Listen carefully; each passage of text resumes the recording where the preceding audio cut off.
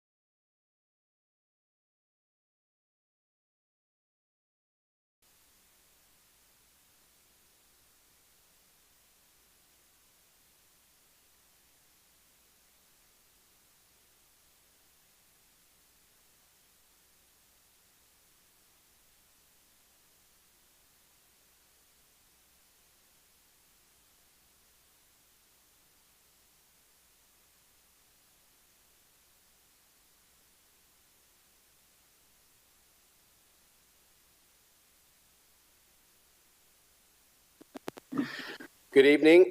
Welcome to the Planning Commission meeting Tuesday, July 8th, 2025. I'd like to start call to order and start with the Pledge of Allegiance.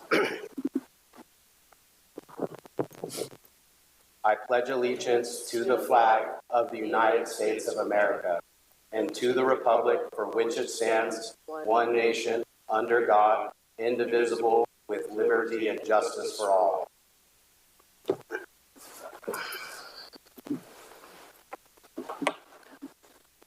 Roll call, please.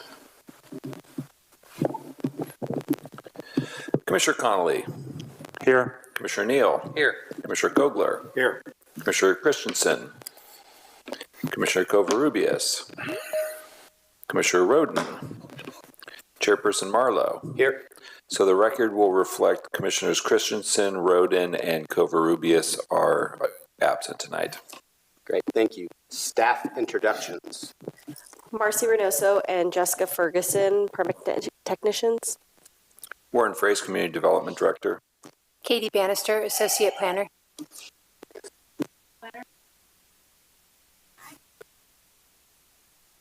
Darcy Delgado, Associate Planner.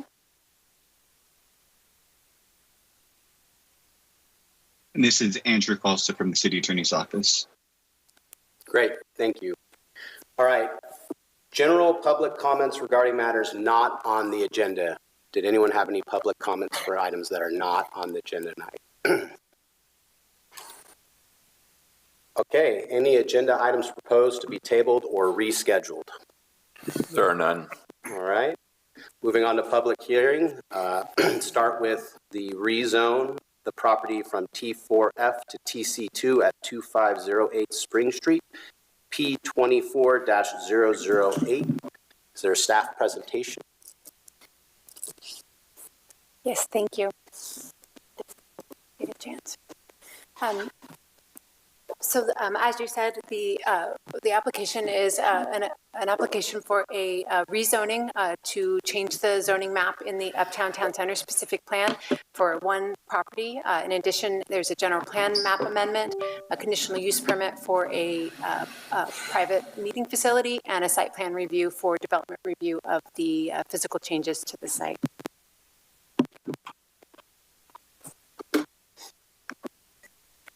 The location of the project is 2508 Spring Street. This is north of 24th Street, just a couple properties north of the Rite Aid, which we have heard is going to be closing relatively soon. That's been in the media. This is across the street from Lewis Flamson Junior High School as well. In the vicinity of the site, there are manufacturing, kind of industrial manufacturing and storage uses in that kind of gray area to the east. There are several residential uses. There's one in this yellow box you see there just to the north of the site. There possibly is one. This may be an abandoned house, but there, at least at some point, was a residential use there that might be abandoned. And then there are some apartments that are under construction. This is a site, I think the Planning Commission is familiar with. It's a stalled project, but it does include residential uses. So there are some residential uses in the vicinity, as well as a hotel use. They're behind Rite Aid, and then there's a veterinarian and some other uses in the vicinity. But this is north of 24th Street on Spring. So the general plan designations in the vicinity, right around the corner of Spring and 24th, there is a node of the community commercial general plan designation, but this site is in the mixed use general plan designation. You can see it there in the orange color. And the purposes of those two general plan designations are there on the left. The mixed use is primarily a residential zoning district, but there are limited commercial uses allowed as well. The community commercial is primarily a commercial zoning district. It does allow residential uses, but it's a mixed use zone as well, or it's a commercial general plan designation, I should say. This is a map of the zoning in the area. So again, right around Spring and 24th, a corner, a node of activity of TC2. It's the Town Center 2 zoning district. And then in the light blue is the T4F zoning district. The F is for flex. This does include the site. So the T4F is the areas that line Spring, 12th, 21st Street, and Vine Street. And they're usually occupied by relatively short buildings, 1- and 2-story buildings, single-family dwellings, and some flex block buildings as well. The intent of the zone is to preserve the small-scale mixed-use character while allowing for higher residential densities. The TC2 is a more intensive zone. It allows it was developed with strip centers and other suburban type commercial buildings that cater to the automobile, and the buildings in the zone generally aren't of historic value, and the intent is to create high density mixed use neighborhoods. So this is also a mixed use zone. So when we talk and think about the Uptown Town Center specific plan, this is the area west of the river and generally east of Vine Street. The specific plan is broken into 5 neighborhoods. The Uptown is north of 24th. Between 24th and 16th is the Midtown. Between 16th and 10th is the downtown, that red area there. And then aptly named south of the downtown is the south of downtown neighborhood. And then along the river and Riverside Avenue is the Riverside corridor in green on the east there. So each neighborhood is intended to have a specific character, a different character. So the downtown is, of course, the most dense, the tallest buildings, and typically the most tourist-serving uses. And then on either side, you've got the Midtown and south of downtown. And we are starting to see some of those uses develop on to the north and south of the downtown. The Uptown is its own neighborhood. I think it is a neighborhood with perhaps less of a specific identity. And I think, this request to rezone the site is a question to the Planning Commission. What is the intent of the Uptown neighborhood? There's also the Riverside corridor. It's typically more of a light industrial zone as well as a residential mixed use, but it allows all the way from light industrial all the way up to to residential. So those are the neighborhoods of the Uptown Town Center specific plan. So the Uptown neighborhood, I've already foreshadowed this a bit. The specific plan says it was developed in a piecemeal and jumbled fashion. It's different and separate from the downtown neighborhoods. The vision for the Uptown includes completing the street network. We hope someday to get another at least pedestrian connection point between Spring and Riverside across the railroad tracks. We hope to get new parks and plazas and adding buildings with welcoming frontages and pedestrian scaled facades. Since the adoption of the Uptown Town Center specific plan, probably one of the most, there's 2 important projects that have occurred in the Uptown.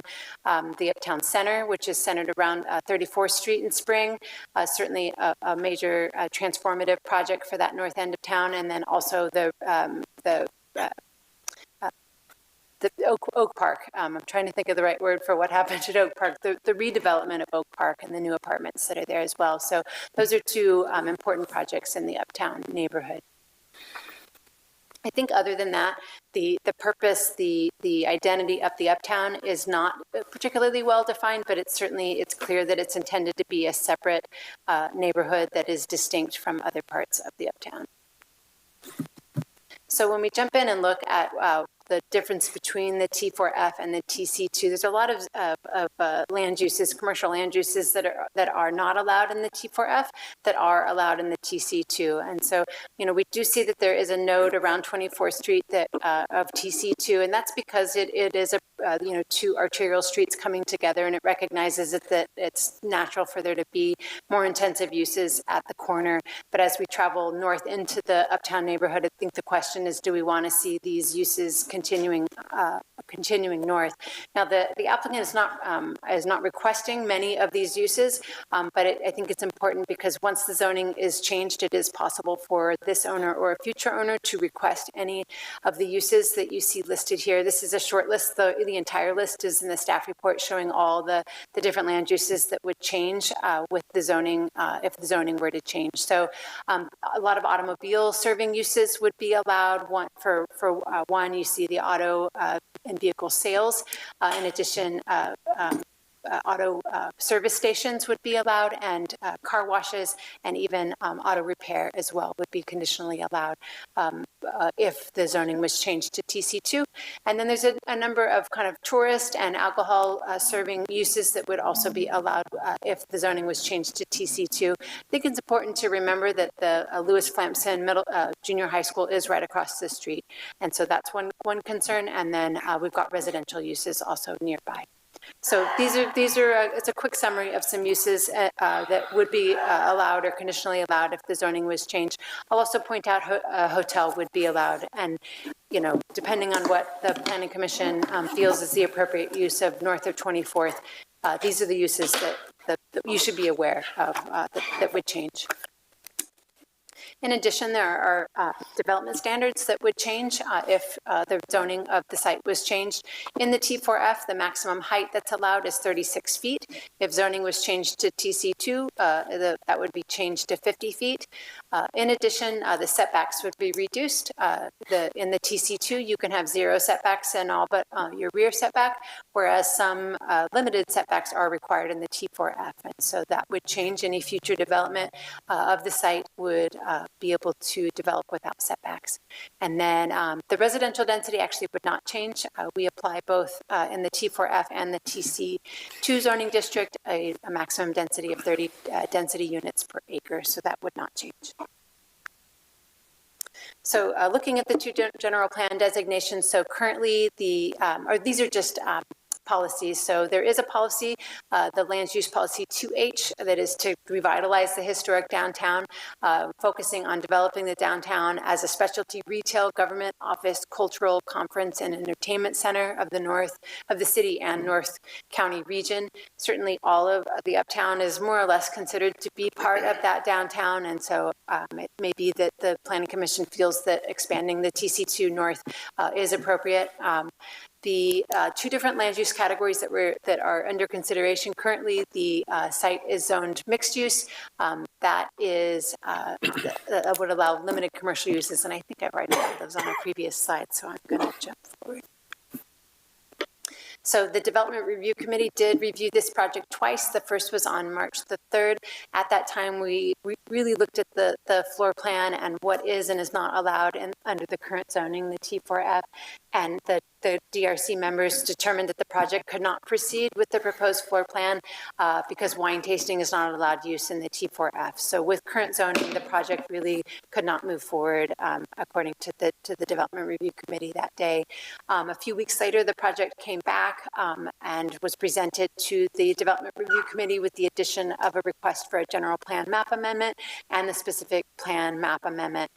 With those proposed changes, the DRC did recommend that the project proceed to Planning Commission, which is what we're here to discuss this evening, to review and then also to review the requested, I'm misreading, so the recommendation was for Planning Commission to review the project, and also the DRC requested some changes to signage and parking, which we'll see in the upcoming slides.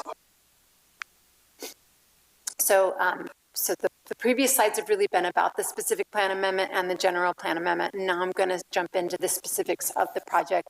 I know the applicant will also be presenting specifics of the project as well, so we'll hear from them once my presentation is complete. So this is an existing commercial building. It's been on the site for quite a few years.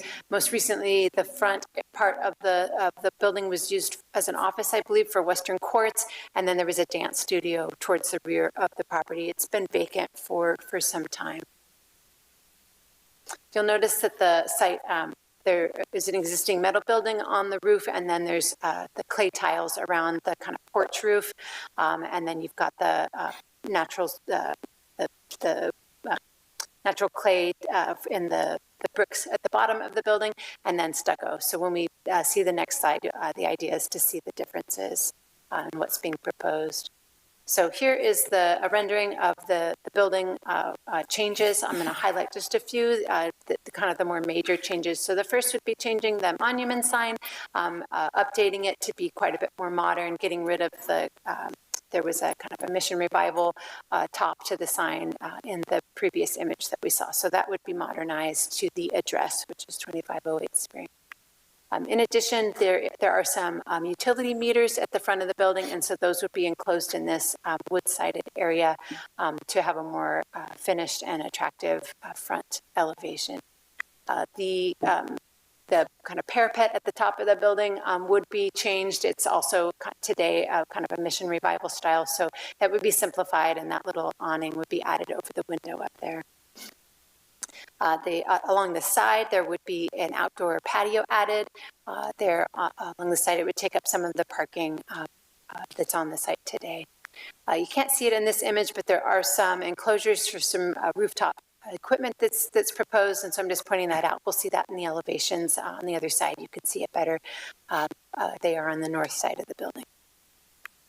And then I pointed out that today the building along that the porch around the roof around the porch or above the porch has some Spanish Revival tiles. Those would be changed to match the metal roof that's on the top of the building.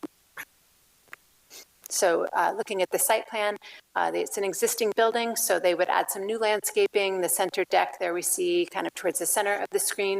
They would also add a front deck at the front of the building between the sidewalk and the building, and then a back deck at the rear as well. You see here there's 23 parking spaces. They've got them numbered 24. One is a motorcycle space, but they do have 23 car parking spaces as well. And there's the decks that I already pointed out. So jumping into the floor plan, so at the front of the building, a retail deli shop is proposed, and then as you move back, there's a series of retail specialty. They were sort of kiosks or a little kind of wine tasting areas is how they were portrayed when this went to DRC. And then at the rear of the building, there is a meeting space proposed. This would be a private meeting space that could be rented out by different groups, individuals, community groups as well. So there's a prep space back there, some open space, and then restrooms. So now I'm jumping into the elevations. Up in the top right, you can see the materials that are proposed. And so this is the front elevation. We've already talked a little bit about the utility screening there in the wood. The letter G at the top left of the building is screening for the rooftop utilities. Pretty simple. It is listed as aluminum mechanical screen in a sterling gray color. So I think the Planning Commission might consider whether or not that's the adequate screening, whether that's architecturally compatible with the building. The existing stucco and the existing brick would be painted. So the stucco would be a lighter gray color, and the bricks would be painted a matte black color. So we would get a gray and black kind of color palette. Pointed that out. Here is a look at the existing materials. The bricks today, those would be painted the black color, and then that stucco above would be painted a gray color. This is the long south side elevation facing the parking lot. The existing roof would remain, but it would be painted with a a special acrylic product that would go over the metal a roof, and would be painted to match that new roof that would go over the porch area. And then you can see where the vendor signage is proposed on the walls, the little circles between the windows showed there. There is also some new roll-up doors proposed. So the roll-up door in this elevation would be adjacent to the new deck on that's shown on the site plan. In the rear elevation, another roll-up door on the meeting space is shown. So this would open up to the rear deck. On the north side elevation, this is currently a very blank elevation, and it would continue as such. This is right on the property line, so they can't put any openings because of fire safety requirements. And so this side of the building, other than being painted, would be left largely the same. Again, that mechanical screening is shown. The applicant did provide some details for the decks. You can see some wood siding at the bottom of the enclosure, and then a rooftop over those decks. You can see the floor plan, some seating and tables and chairs for folks to enjoy the items that can be purchased in the kiosks and retail spaces inside. Jumping into signage, there's the two sign types proposed. The first is a monument sign. This would be taking the existing sign and reforming it. And the sign does meet the size requirements for a monument sign in the Uptown Town Center specific plan. Secondarily, there are wall-mounted signs proposed. These wall-mounted signs do also meet the requirements of the Uptown Town Center specific plan for wall signage. There is a condition of approval included that would allow them to do as many as 9 of these signs because there are 9 tenant spaces shown inside. And I think the Planning Commission might want to discuss whether or not 9 might be too many, but I just wanted to point that out. So the signs that are proposed would be considered the master sign program for the site, and so future tenants would be limited to what is shown in this resolution. As far as parking goes, the project does meet its parking requirement, which is 23 parking spaces, 24 and I mistyped there. There are 23 auto spaces and 1 motorcycle space, so a total of 24 parking spaces, 23 of which are for auto, so they meet that requirement. And there are some compact spaces shown, but that it is less than what would be allowed. So they could have up to 30%, and they've got, I think it was 4 compact spaces, which is just 17% of the total. And then I've got there's some images here of renderings of the site. So this is that larger patio that would be added to the south side of the building. This is looking at you can see the 2 different patios, the rear patio and the roll-up door going into the meeting space, and the central patio as well. And then an aerial looking down at that rear patio. So as always, the Planning Commission does have options. I'm going to spend a little more time on those because there are, the options are laid out, but also resolutions are provided for several of the different options. The first option would be to adopt Resolution A, which would recommend that the City Council deny the applicant's request to change the specific plan of the zoning on the site, and to also deny the general plan amendment and the rest of the project, the conditional use permit and the site plan review. And so the project would be not approved. In addition, you've been given resolutions that would allow you to adopt or to recommend approval of the project. So those are resolutions B and C, and those would recommend the City Council approve the project. You certainly have the option to amend and adopt resolutions B and C. So that would recommend the City Council approve the project with changes. If you feel you don't have enough information or you'd like some more refinement, you could refer the project back to either staff or the Development Review Committee for additional analysis.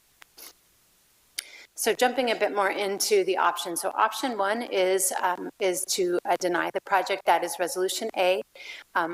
Because we have a thin quorum of our Planning Commission this evening, I think it's important for the Planning Commission to understand that in order to recommend approval of this project, all 4 members would need to recommend approval this evening. If we have as few as 1 member deciding not to support approval, it would de facto be a denial. the majority of the planning commission, so the entire membership, there are 7 members of this committee, would need to vote to recommend approval. And so as we go through with voting, if it's not a 4-0 vote for approval, it would be a recommendation for denial.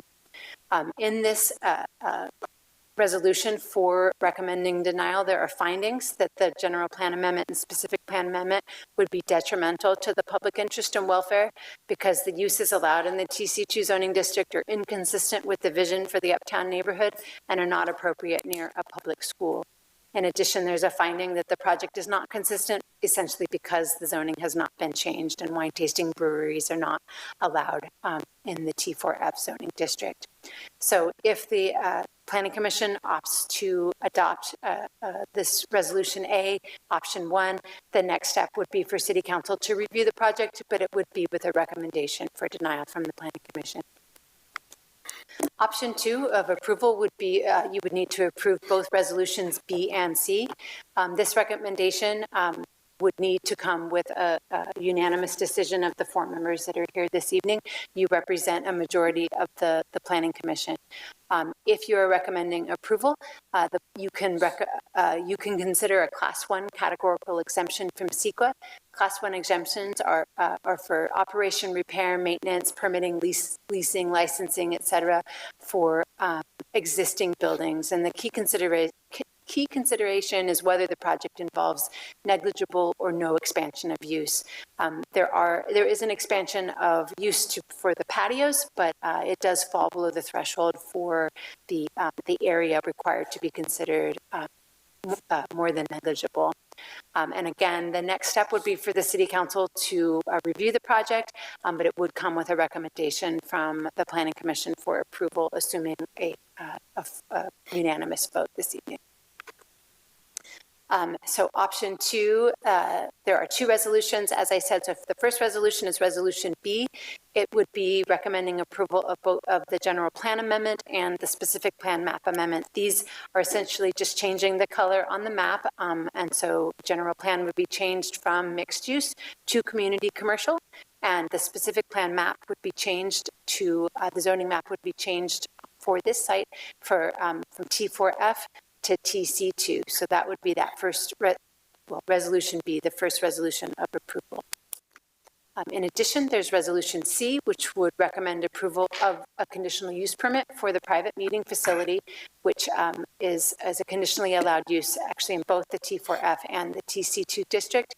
And then in addition, you would be recommending approval of the site plan review, you would be reviewing the development of the physical changes to the site. So the site planning, the new decks, the internal changes to the floor plan, and the new materials on the outside of the building. I want to point out there are some conditions of approval that are included in this resolution. It would allow, the City Council needs to approve this project because of the request for the zoning amendment and the general plan amendment, but it would allow any amendments to the CUP or the site plan review to be considered at the Planning Commission. Those changes to the CUP or the site plan review would not have to continue back to the City Council. The project plans don't have a formal landscape plan, and so there's several conditions about landscaping. The first is that all the green areas that are shown on the site plan would be landscaped, and that those would include at least 30% live plant material, and they would have a good deal of mulch or cobbles on the areas not covered by plant material. There's a condition number 11 regarding shade trees and making sure that each landscape finger has at least 1 shade tree of a reasonable size. And then they're moving on to condition 12. The next few are about signage. The first is that the signage that's shown would become the master sign program for the site, and it would allow as many as 9 signs on the wall. This didn't necessarily come from the applicant, but it counted up the number of tenant spaces inside, and so I think this is kind of a starting point, and the Planning Commission might want to consider how many signs are appropriate on the walls. Condition number 13 would allow signs that are consistent with this master sign program to be approved by staff and not to return to the DRC. So that's something that the Planning Commission might want to consider whether or not you think that's appropriate for staff to approve any future signs that match the master sign program. Condition number 14 would allow the master sign program to be amended by the DRC and would not have to go up to the Planning Commission. And I inadvertently copied these, so we're going to start at condition number 15. We've already gone through 6 through 14. 15 is about the roof-mounted equipment and ensuring that it's fully screened. Condition number 6 would require bicycle racks for at least 2 bicycles. And then number 17 has to do with the rear patio. As we saw in one of the first slides, there is a existing residential use immediately to the north of this patio. And so condition number 17 would limit the use of the rear patio from 10 a.m. to 8 p.m. so that there would not be excessive outdoor noise adjacent to those residential uses, or residential use, I should say. Option number 3 is to approve the project with changes. This would be amending resolutions B and C, and then still recommending approval, but potentially some alternative conditions of approval. So these are just some I've already pointed out that the Planning Commission might want to take into consideration. The number of wall-mounted signs might be excessive, so is 9 the appropriate number? Whether or not the DRC would want to review signs, if an individual sign came in and it matched the master sign program, is it appropriate for staff to review that, or would the DRC like to see that again? Whether or not, number 14, whether or not perhaps it's appropriate for the Planning Commission to approve amendments to the master sign program, or whether or not you'd like to leave it at the DRC level. I pointed out in some of the slides the materials proposed for the rooftop screening is pretty utilitarian, and so the Planning Commission might want to require alternative materials that are a bit more decorative. And then condition number 17 about the hours, I think they're a potential starting point, but the Planning Commission might want to consider alternative hours, whether or not those are too liberal or too restrictive, I think is something the Planning Commission might want to consider. Staff's recommendation is actually option 1. The specific plan was adopted to envision the uptown as a distinct area of the downtown that would be more neighborhoods serving. Changing the zoning to the TC2 would allow an expanded number of commercial uses. And so, whether or not it's appropriate in the uptown is really the question. And just, the specific plan had envisioned the T4F there. And so staff is making a recommendation for denial, but we have provided resolutions in case the Planning Commission disagrees with staff and would rather approve the project. So both options are available to the Planning Commission this evening. I believe that was my last slide. It was. So here's the building as it is today. That concludes my report, and welcome questions. Okay, great, thank you. Bringing it back to the Planning Commissions for any question of staff, unless we'd like to hear from the applicant first. If the applicant has a presentation, you may give it now. I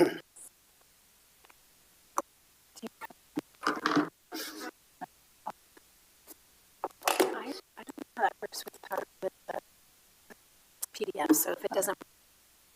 Good evening. My name is Jamie Jones with Kirk Consulting, and I am here representing the applicant Gregory Becker, who's in the audience with me. And we also have Larry Gabriel, the architect for the project. And I'm going to make sure that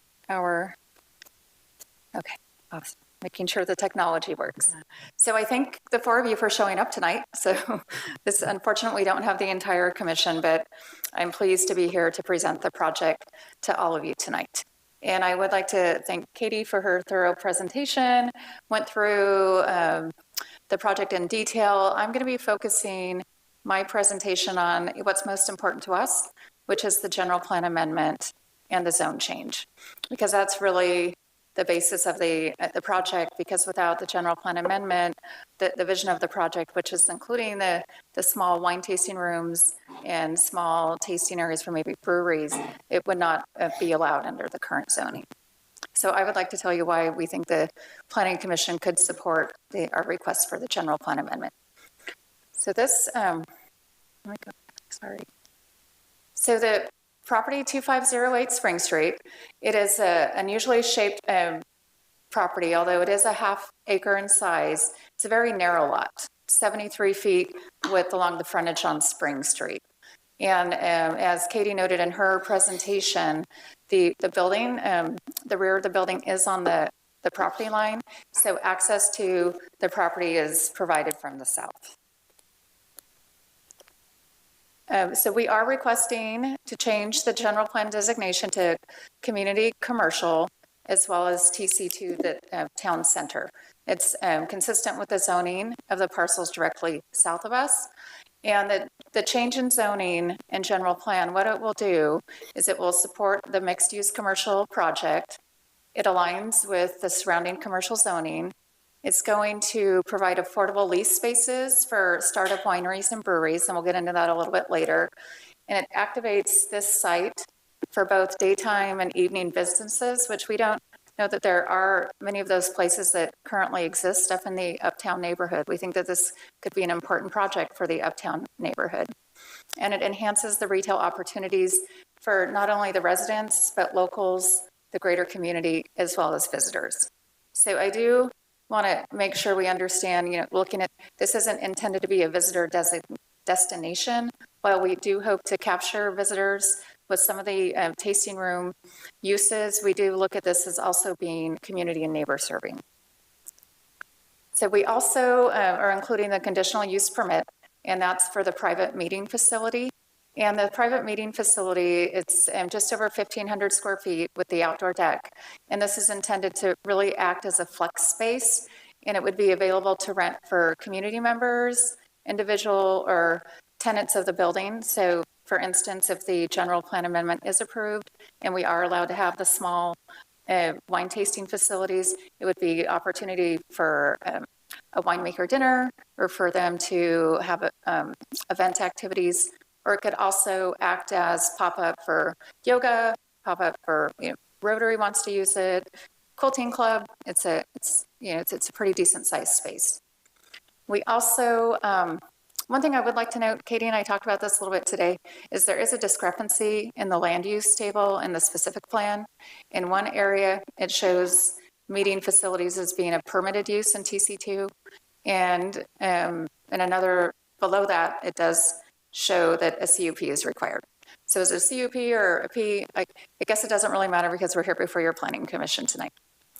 And the project also includes the site plan, which highlights the site development, parking, and the architectural upgrades that were provided in Katie's presentation. So looking at the floor plan, what are we looking to do inside the building? We're looking to serve food. So we have the deli retail food sales along Spring Street. We're also looking at this as being an opportunity for specialty retail. So it could, I don't know, we originally talked about it being a full market, but I think it's really providing space for our local producers to be able to come and sell their products. And then you see the area for the retail beer and wine sales. So this is not your Austin Hope downtown tasting room. These are really small places, and what they're intended to be is really a stepping stone for our micro winemakers or breweries that can't get into a location in town or can't afford to be located on a farm. This is an affordable, very small, but affordable opportunity for them to set up a kiosk and to allow that direct-to-consumer marketing and serve wine, but also provide space for storage and office, which, that's really hard to find. I work a lot in the unincorporated area of the county, and we represent a lot of the wineries.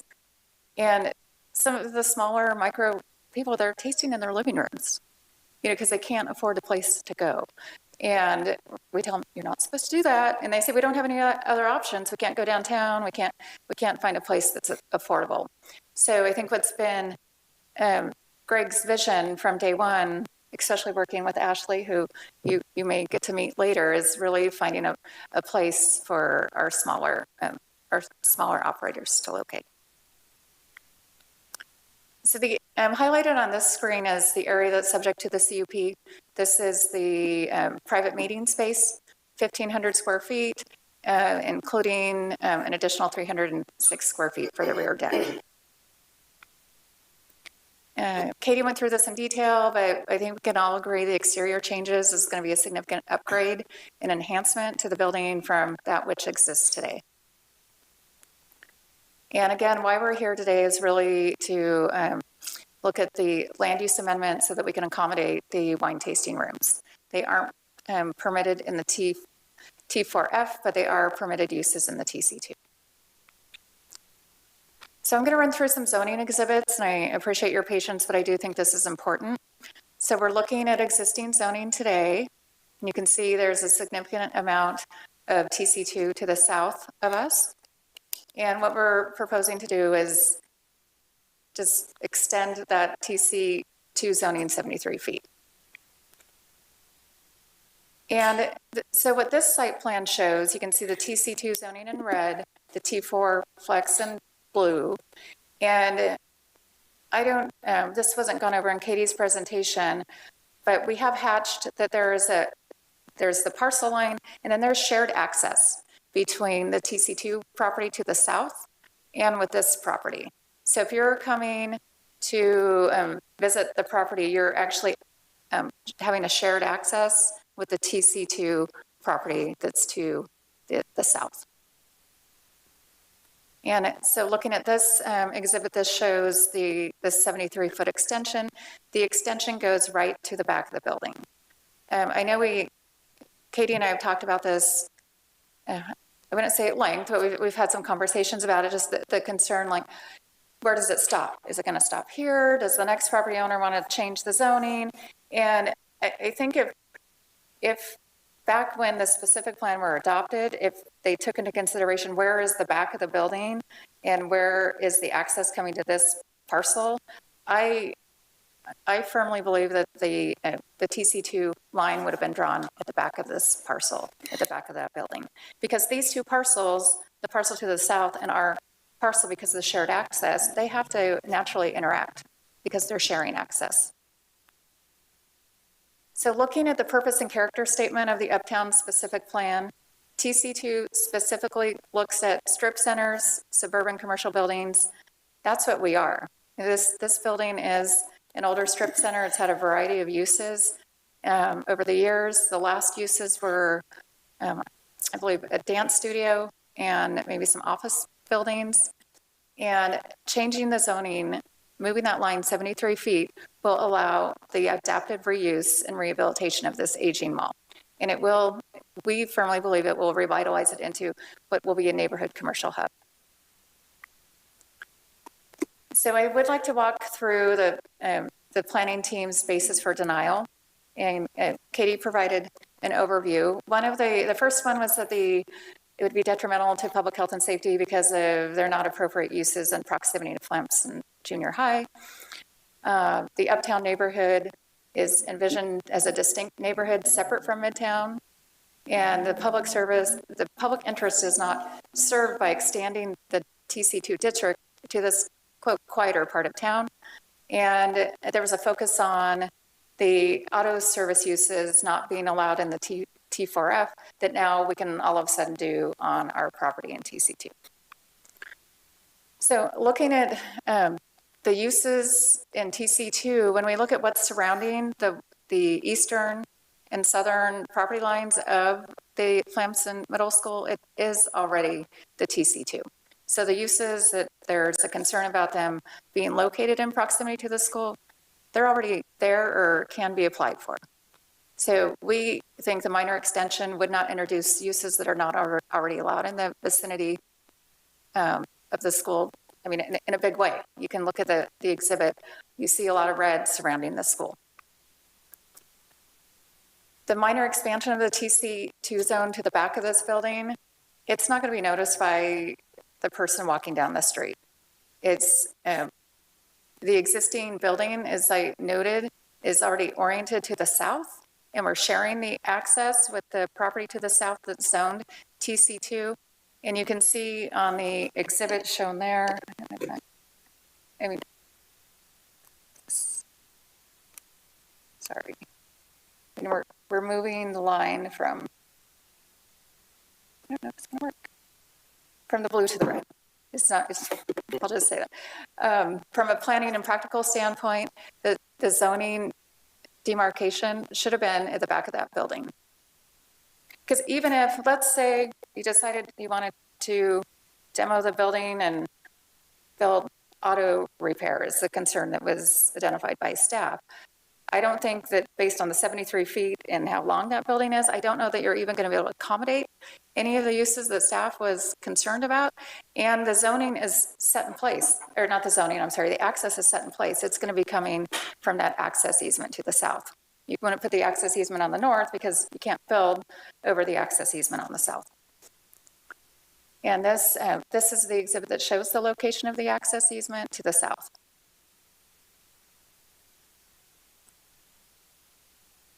And this exhibit, I popped on Street View saying, if I'm looking down Spring Street, looking from Spring Street down 24th, do I see, and does the neighborhood change? Is there something different when we get to this parcel?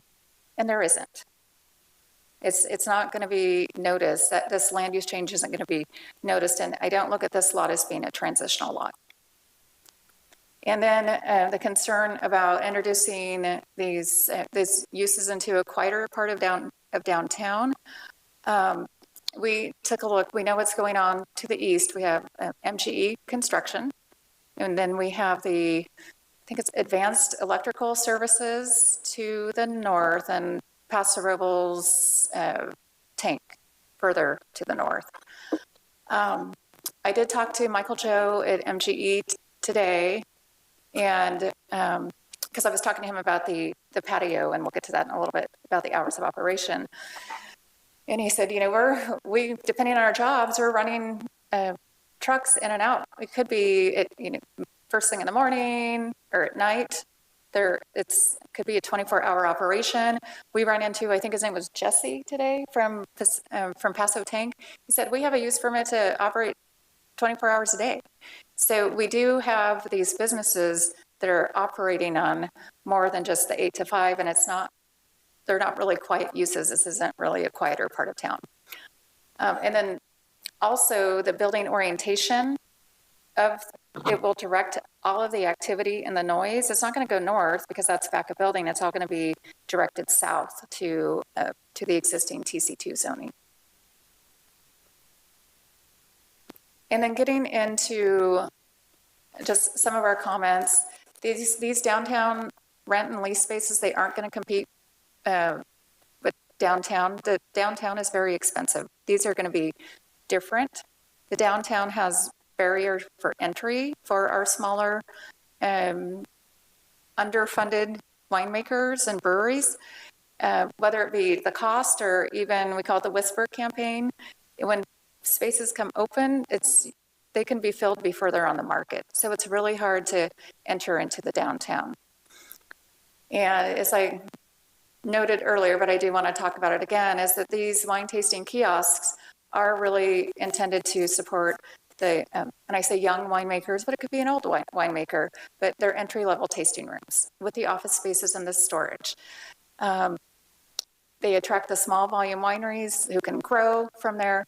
And the expectation is that once the winery has been there and they've got their direct-to-consumer marketing, they've got their wine clubs going, then they can rotate out and we can have space for somebody new to come in.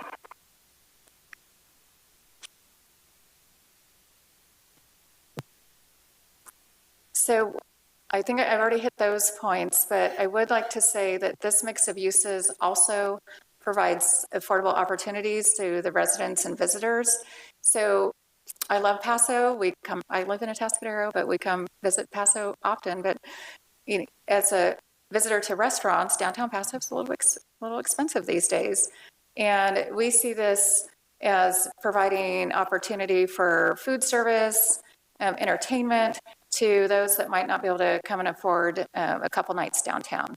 So we think it's going to provide a great opportunity for people, not only in the community, but also for uptown. And I do have one request for assuming we get through the zone change and the general plan amendment, and then going to the conditional use permit, we did want to talk about the hours of operation for the rear deck. As Katie noted in her presentation, the hours are limited to 10 a.m. to 8 p.m. Based on proximity to several existing residences. So we did the house to the south, that's owned by Michael Joe Goldstein. I talked to him today. That house is currently vacant. And then immediately in the middle is a shop, and then the house to the left is occupied. We did see people in the house today, but intervening between the house and the property is now a C-train. There's a C-train that's been placed there, and I think there's also been some additional razor wire put on the fence because there was some homeless issues happening at the rear of the building. What we're requesting is the hours be limited to between 7 a.m. and 10 p.m. These are consistent with the daytime and evening hours per the city noise standards. And both of the residents of concerns that were noted are located on parcels with active construction yards. So we don't think that whether they're renters living there, the owner living there, there isn't the expectation of a quiet ambient noise environment as you might have on the west side of Paso. And with that, concluding, we think the project aligns with the purpose and character statement of the TC2 zone, and it will enhance the uptown area. And the result will be revitalization of a currently vacant parcel with nothing happening there. We think it's, we're going to be leasing space for commercial and food and beverage tenants. And it supports the local business, and we're really excited about it. And I know it takes 4 votes for us to move forward with a recommendation of approval to the council, but we firmly believe in the project, and we think it's going to be a great addition to Uptown, and we request that the commission adopt resolution B and C with a change to condition 17. And I'm available for questions. We have the owner, we have Ashley, who is one of the hopeful winemakers that will be in the building, as well as Larry Gabriel, our architect. Great. Thank you for that presentation. We'll bring it back to the Planning Commission for questions of staff or the applicant. Starting on my right, Commissioner Kogler, if you have any questions. Got it this time. Commissioner Neal. I do, I guess. I've got questions regarding mainly to staff about how zoning is determined. This is considered the Uptown, and I'm just wondering if in general the TC2 is for Midtown and the T4F is for Uptown, and why there's some mix a little bit north of 24th Street that would be considered TC2 instead of T4F. Is it because of existing use, existing buildings that have that type of use? You know, I wasn't working for the city in 2011 when the plan was adopted, but yes, I think that the existing uses certainly played into that. Where there were existing neighborhoods, it was zoned for neighborhoods generally. When there was office type uses, there was office for the most part.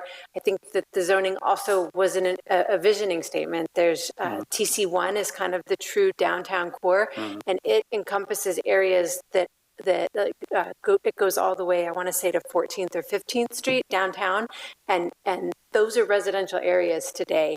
And so, yes, the zoning certainly reflects existing uses, but in other areas, it reflects a visioning statement of what the neighborhood should become. There is a large area of TC2 at 24th Street and further south.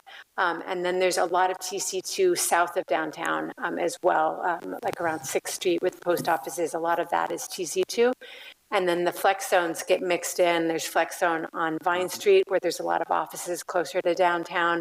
There's a lot of it on Spring Street, kind of in the interblock areas, not so much at the corners, but in the the not sort of central commercial nodes, there's the flex zones are there as well. So So- it mixes. So north of this site location, there's not any TC2. It's Correct. Okay. There is the T4NC, which is for Neighborhood Center, which is where the Uptown Center was developed a few years ago. That's a zone more intensive than a T4F, but less intensive than TC2. So there is the T4NC within the Uptown neighborhood, but that's further north. Now, the building to the south of this, where they share the driveway, what type of uses are currently being done there? So that's currently a vacant building. Vacant building? I believe Okay. it was formerly used by Western Quartz, but maybe for more manufacturing. It seems to be, it's an older metal building, and I think it had more of a manufacturing type use. So auto repair and sales would be allowed at that location with the shared driveway? I believe they are conditionally allowed. That's correct. They would Okay. need a conditional use permit. What restrictions would be placed on this building that it currently enjoys if it rezoned to TC2? What would be the negative impact of being, I mean, other than you put down some negative impacts, but what would they no longer be able to do with the TC2 that they could do now? I think there were a few minor changes. Some of the residential uses that are for like transitional care and so forth are allowed in the T4F, but not the TC2. They were relatively minor things that they would lose. Like I said, the residential density would stay the same. They would be allowed reduced setbacks, taller buildings, but I'm trying to think of other than a few of those residential uses. The changes were not. It's mostly gaining additional uses, additional height, and development standards would be more permissive. Generally that is the case. Yeah. So my next question is kind of, you might not have the answers, probably more based on the historic, but if you go to the existing zoning and general plan boundary map that shows the project site and the surrounding zoning in red and the blue that shows the T4F, the red, the TC2. Can you put that on the screen that shows the project site with the existing zoning? They may also show the shared parallel line on the current location of the zoning boundary, the shared access. I'm looking at a map that was part of the report, figure 2, attachment 2. As part of your report, Kirk Consulting, attachment 2. Is that what you wanted, a different exhibit? Yeah, it's attachment 2 in your staff report. It would be page 11. Sorry. Page 11 of your staff report. I don't know if that's available to you. But anyway, my question is, with regard to looking at the existing TC-2, you have like 24th and Oak, the southwest corner, you have a little corner that's TC2, and I think that's like a Mexican market right now. How is that determined to be different than the one across the surrounding area that is, I guess, neighborhood T3N? It's kind of like just an island by itself across from the junior high. Would you know how that was determined to be a different zoning? Yeah, I think in general, at the time in 2011, the intent was not to make zonings that made uses that were appropriate or accepted in their neighborhoods non-conforming. If we had turned that into a T3N, I think is what's adjacent, the commercial use would no longer have been allowed. And so it was acknowledging the existing use. The existing use, that's what I thought. Okay.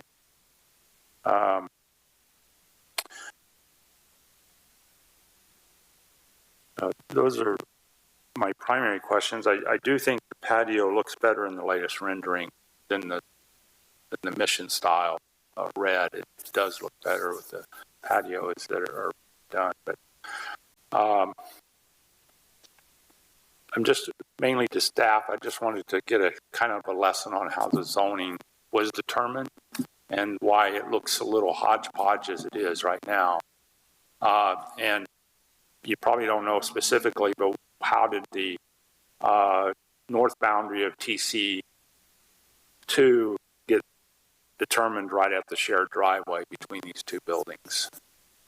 I don't know exactly why it was drawn there, but I think it was proximity to 24th Street. If you look at where TC2 existed, it's, those are two arterial streets, Spring Street and 24th. And so it was acknowledging that that's a more intensive commercial node, and north of that would not be. That's my speculation. Okay, thank you. All right, thank you. I do not have any questions, so we can go ahead and open it up for public comment. If there's any members of the public that would like to speak on this matter, come up to the podium. Any callers? There are no callers. Okay, bringing it back to the Planning Commission for comments. I'll go ahead and start on my right here again.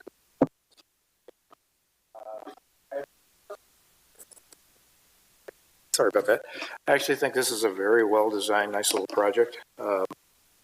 In my mind, it becomes kind of an order of magnitude thing with, 75 more feet. What's the impact of that? I think the presentation's point that the back of the building and the access is significant, and I think it does provide a good definitive barrier, I guess, for not encroaching any further with that zone.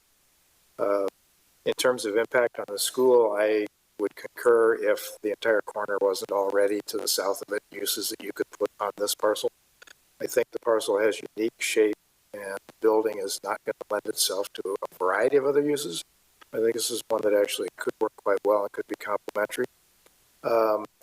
The applicant's suggestion to modify the hours, I guess I don't feel real strongly about that, but the first thing that came to my mind was adjacent to a residential, what would the short-term rental hours be in that case for quiet? I think that's 8 to 10, if I remember correctly. I know it goes to 10 p.m. from firsthand experience.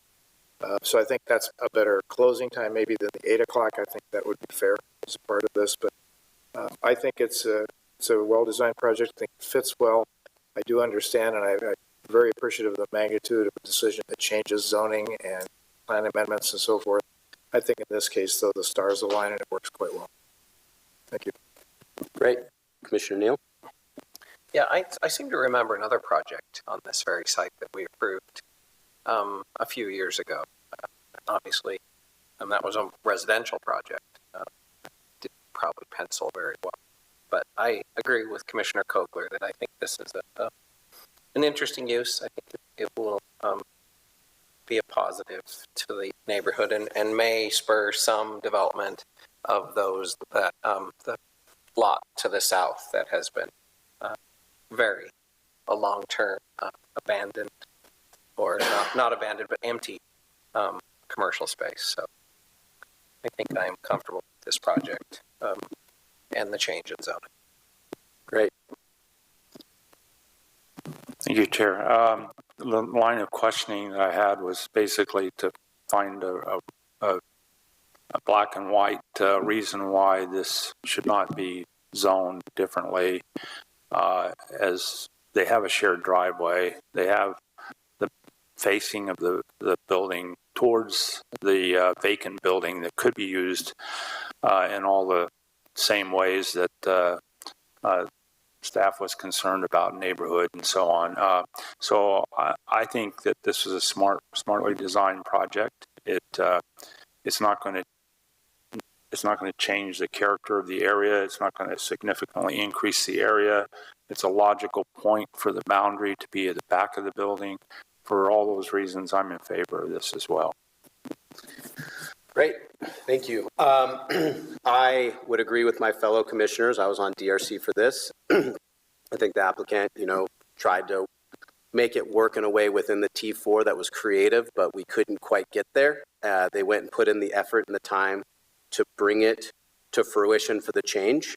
Obviously, we're the next step in that process.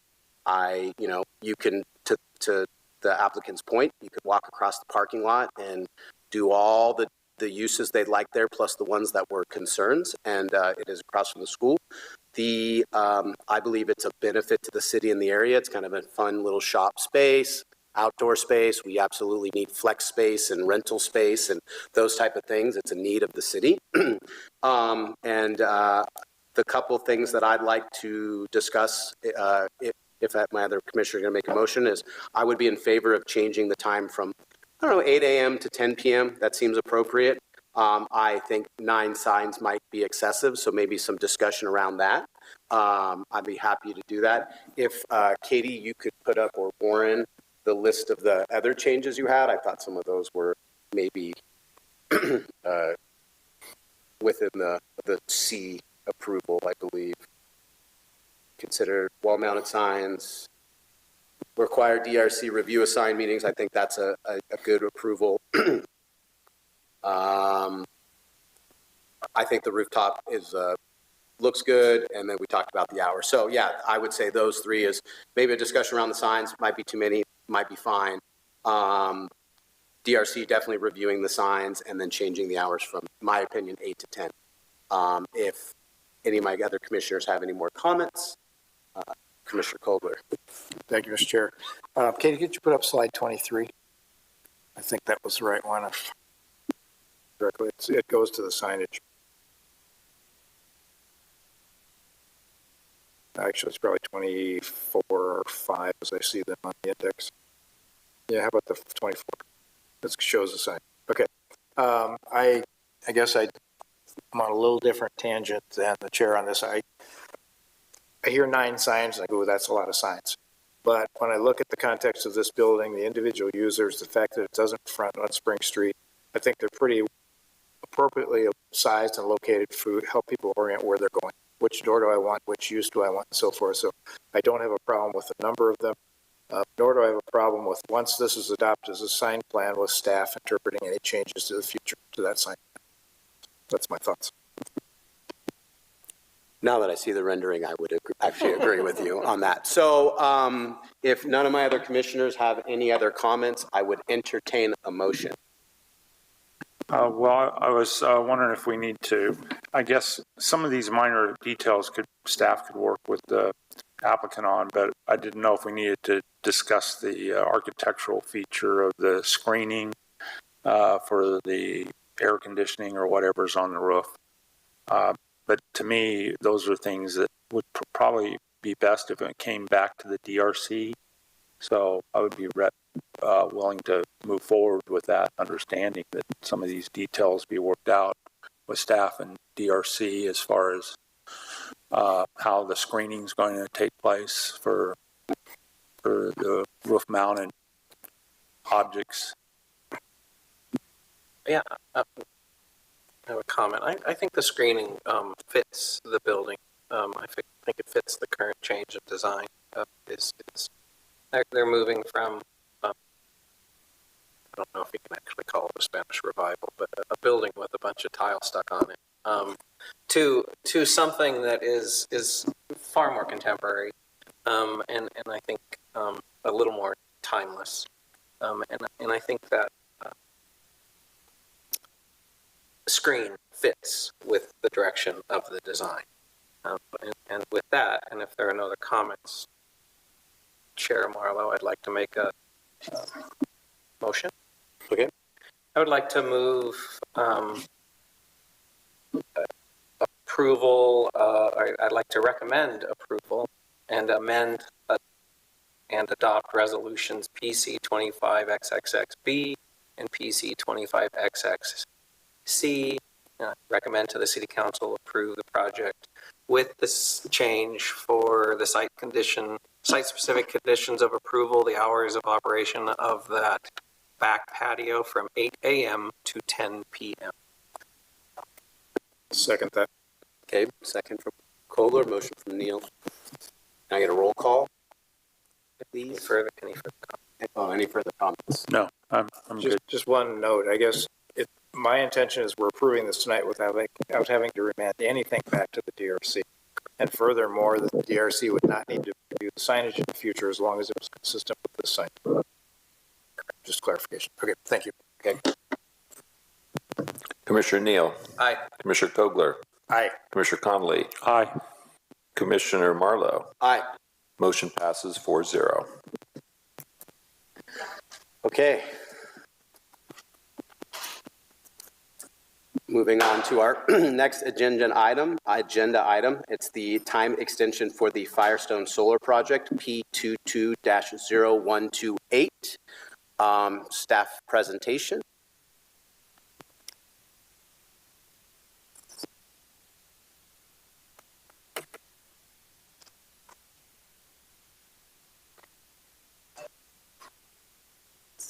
All right. Good evening, Commissioners. So tonight I am presenting, thank you, the Firestone Walker Brewery Phase 2 Solar Project Time Extension. This is for Plan Development Permit 2221, Conditional Use Permit 2221, and then what we are reviewing today is Time Extension 2503.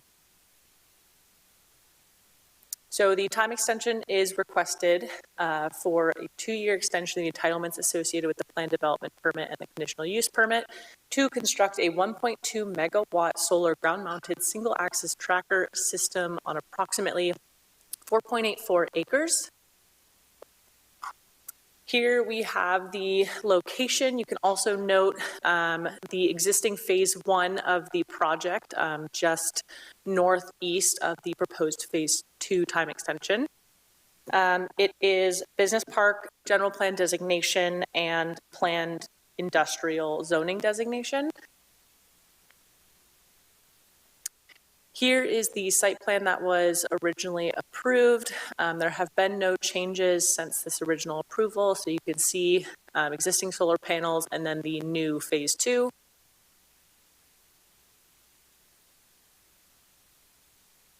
For reference, here is a view from Highway 101 south. You can see the existing phase 1, and the phase 2 is tucked a little bit further behind and further away from the freeway.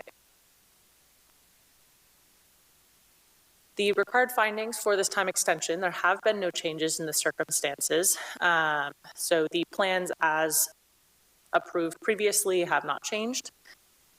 There have been no changes to the general plan designation or the zoning code. Since the October 2024 zoning code update, no changes have affected this approval.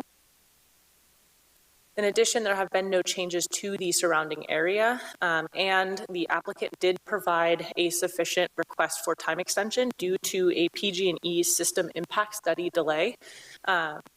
However, they are making good progress in obtaining that approval, as well as they have a current building permit and a grading permit open. So they have made substantial movement forward. The project the time extension is exempt from CEQA, so it had an initial study done, a mitigated negative declaration, which those mitigations would still apply. And the time extension is exempt due to CEQA guideline section 15162, as there's no substantial changes to the site character or the surrounding environment. So the options presented to the commissioners tonight are to approve draft resolution PC25XXX, approving the request for 2-year time extension for plan development permit 22-21 and conditional use permit 22-21, to grant a time extension for a shorter period of time, or to amend, modify, or reject the above noted options.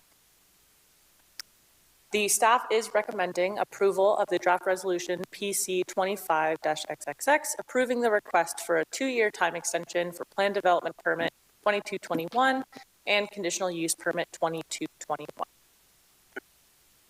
Great. And Thank you. those are the slides we have. Any questions? Bringing it back to the commission for any questions. To my right, seeing none. To my left, Commissioner Conley. I don't know if the applicant's here. The only question I would have is what happened in the last 2 years, or whenever this was first developed, towards moving it along and getting presumably within the next time extension some action on this? State your name, please. Yeah. Yeah, Andy Safranco. I'm a VP of engineering for REC Solar. My company's developing the project for Firestone. We've been severely delayed by utility studies, as stated. What's really happened, you might have seen in the news for California with the sunsetting of net energy metering, the tariff for PG&E that caused substantial delays for just all of their applications over the last 2 years, and our project fell in around the same time, and so these studies are supposed to take 60 to 90 business days, and this took around 2 years for us to get this project fully studied. And then for our engineering department to make the changes required by PG&E, take that to the client, and then, get all that back through and ready for permit. We have a path to having our permit resolved within the next 30 days or so, and within the last month, we just finally signed our interconnection agreement with PG&E. So we are finally on track, but we need this extension to continue our process. So without a crystal ball, I guess, do you see this progressing in the next 2 years to? Yes. Okay. Yes. Great. Thank you. Any other comments, questions?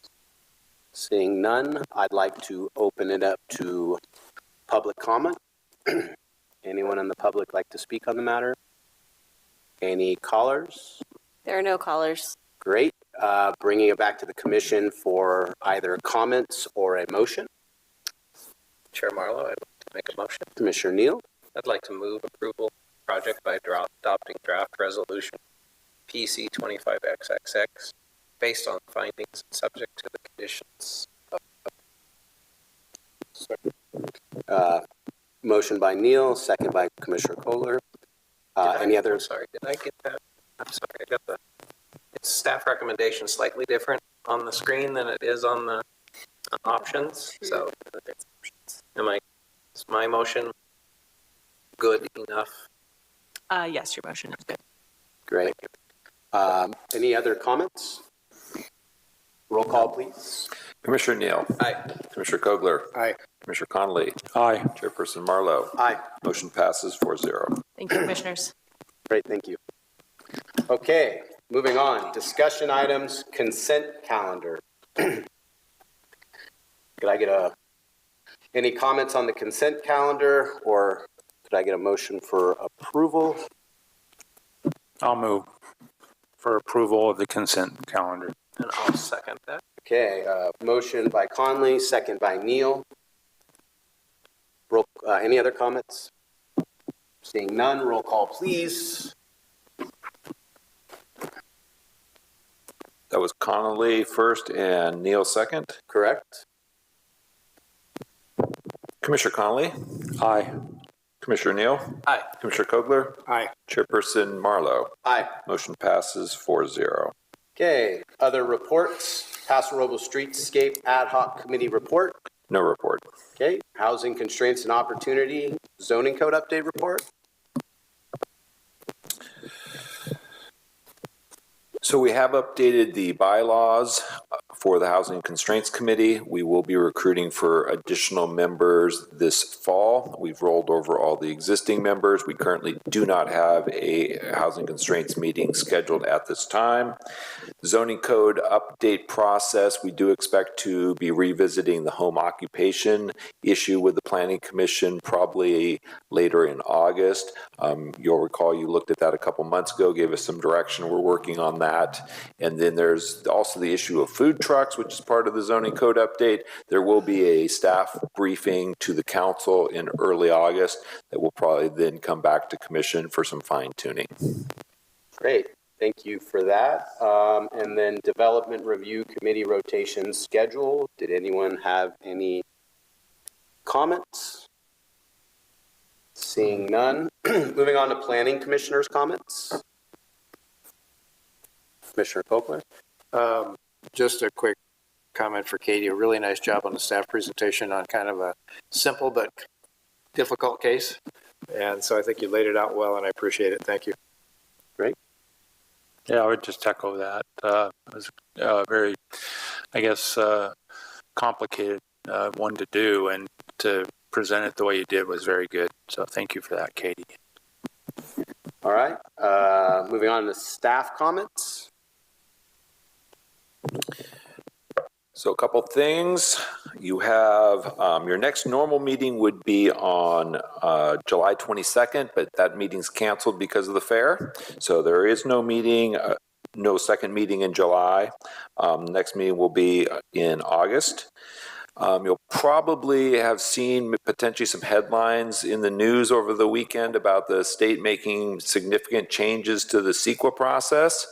That was a trailer bill that was added at the last minute to the state budget bill. Apparently it was 200 pages that nobody really was able to review ahead of time. It did pass. The attorneys are still trying to figure out exactly what passed. So take the headlines with a grain of salt. They probably overpromise to a certain degree. We're still waiting for the city attorney to come up with an initial review of it. Like I said, there's apparently 200 pages of stuff that got added at the last minute. So it'll probably take a little while to sort that out. So I think at the next council meeting, we're hoping to brief the council on what we think might have been passed by the council. They did make changes to a lot of things related to CEQA and housing. We just don't really know exactly what they are or how they will affect the city of Paso Robles. So stay tuned on that. And then I think you got an invitation to the Riverwalk Terrace ribbon cutting. So that's that affordable project at the Walmart JCPenney's site. So that's next Friday, July 18th, 1:30 p.m. So we're hoping to have all the commission, council, and HCOC there for the ribbon cutting. The building's been open for a couple months now. It's fully occupied. Turned out really nice, but this will be an opportunity to get a tour of it and really see how the project turned out. And let's see. And then update on the Olson South Chandler specific plan. So we know that that's been under construction for a number of years. So the first single-family residencies got occupancy today. So the first families will be moving in later this week. That's going to be part of the Shea Homes trilogy, part of the project off of Scott Street. So that's the first step to occupancy. Sherwood Road will be accepted by the City Council next Tuesday. That will allow us to open Sherwood Road for public access on Wednesday. In the interim, these three residents take access off of Scott Street to Airport Road, so they don't need Sherwood, but they will have access to Sherwood Road soon.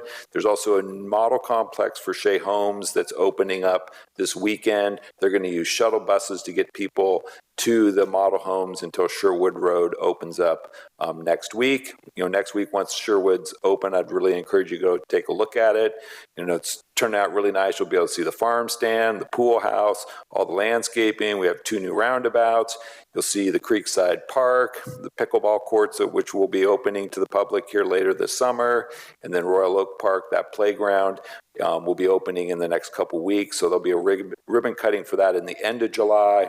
We'll be inviting you to that as well. So there's a series of things that are really starting to come together out there at Olson South Chandler. And that was, clearly a project that the Planning Commission has spent decades on to help kind of shepherd to this point. So that's good to see as progress. And in terms of future projects, we do have a development project on Creston Road. It's probably going to be coming to you in August for a recommendation and review. Minor update to the Sensario project is scheduled also for August.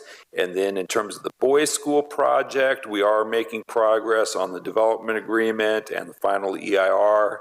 We're starting to look at hearing dates. It's possible that ends up on your agenda by the end of the year. So that EIR we handed out a couple months ago, you might want to figure out where that is and start, thumbing through it. So that concludes staff's report. I'm pretty sure we read the EIR already. a couple times. I do have a question. Since you brought up the DRC for the week of the fair, is it Monday DRC canceled too, or do you know? DRC is not canceled. We'll schedule it as needed, so we may not need it, but right now it's for the week on of the the calendar. fair. Okay, great. Great. Thank you for the staff comments. Item M, adjournment. Can I get a motion to adjourn? So moved. All right. All in favor? Aye. Thank you.